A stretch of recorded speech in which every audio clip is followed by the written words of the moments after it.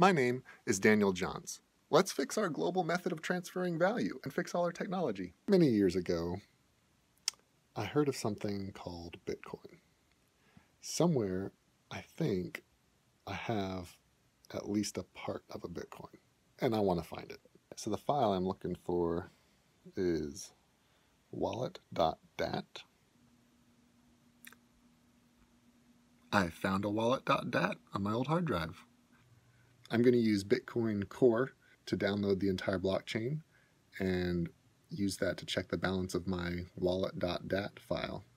I replaced the new wallet.dat file with my old wallet.dat file, and I'm going to open up Bitcoin Core.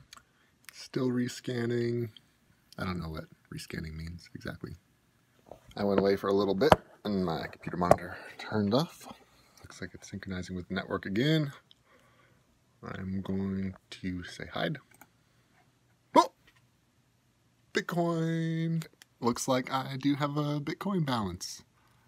What do you know? So at this point in the synchronization process, I have a balance of 0.04 Bitcoin. I won't know for sure if I still have that balance until after everything's synchronized. I didn't take anything out of the wallet, but maybe somebody stole it from me. Who knows? We'll find out. At the current exchange rate, my 0.04 Bitcoin equals $578. You know, that's not bad. I'm not exactly going to buy like a Tesla with it, but hey, I think it was worth a bit of effort to find it. So I'm happy with that. So I tried to initiate a transaction before I had completely downloaded the blockchain. It says it's in the mempool and it's unconfirmed. When I search for the transaction ID on any of the online Bitcoin block explorers, nobody knows about it. I come down this morning and it's like, error loading block database. Do you want to rebuild the block database now?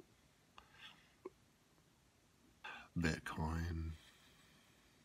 I think I'm about to say something really controversial, but it shouldn't be. Centralization is powerful and useful to society.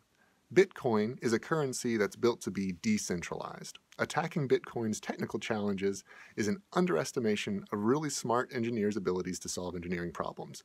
Whether it's Bitcoin that survives or one of its many cousins, the technical challenges can be overcome. The problem I see with Bitcoin isn't a technical one, it's societal. Bitcoin's design underestimates the social benefits of centralization. Centralization adds efficiency by reducing redundancy. I don't need to build a road in order to use a road, because people with centralized road building skills and road building resources can do it for me. I don't need to invent the iPhone and then build the iPhone in order to have the iPhone. Imagine a world that's fully decentralized. I mean completely. That world can actually only achieve what all the members can achieve on their own.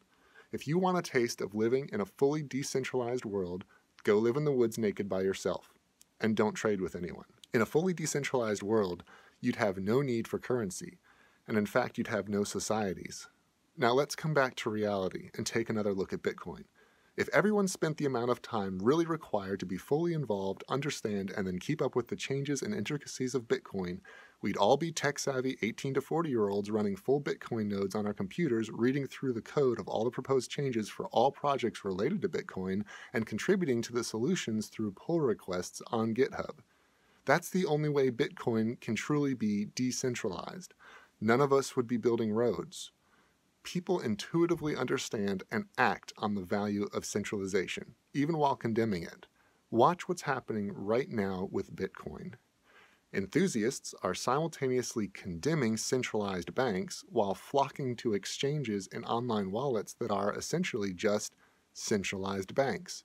If you consider yourself a Bitcoin enthusiast because it promises decentralization and you aren't running a full node with 100 gigabytes and growing public ledger to verify your own transactions, you're actually part of the centralization of Bitcoin.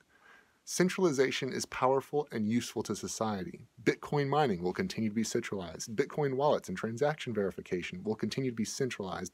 And none of this is because of an engineering problem. It's a result of the value inherent in centralization. The answers to the problems we face with centralization and decentralization lie in our ability to balance them. But before we can even attempt to achieve this balance, we first need to understand that technology we build isn't value agnostic. Technology has values built into it. In 2016, the Facebook newsfeed valued advertising dollars over accuracy. This value judgment was leveraged by bad actors. This technology's values, combined with general fact-checking laziness of the American public, resulted in a President Trump. What's the solution? Speaking certainly is difficult because everything is in constant flux. We live on the ocean of society, not the bedrock of absolutes. So first of all, we don't need to build a good foundation, we need to build good surfboards. We need to interact with each other authentically. We need to increase communication and respect between centralized, specialized disciplines and skill sets. Here's some practical steps. 1. Slow down and increase interpersonal interaction. 2. Be deliberate about evaluating the values built into technologies. 3. Be purposeful about the values we place into technology we create. If you're designing a new global economy, you need to incorporate input from specialized experts in pretty much every discipline. This makes things much more difficult and much slower. The solutions become less about engineering and more about social reflection. Consciously attempting to achieve the balance between centralization and decentralization is harder, but it will be much better for all of us. Bitcoin will succeed once it's centralized enough to be regulated so that all members of society can benefit from it fairly without being Bitcoin experts. Thanks for watching. If you want to see more of my videos, please subscribe.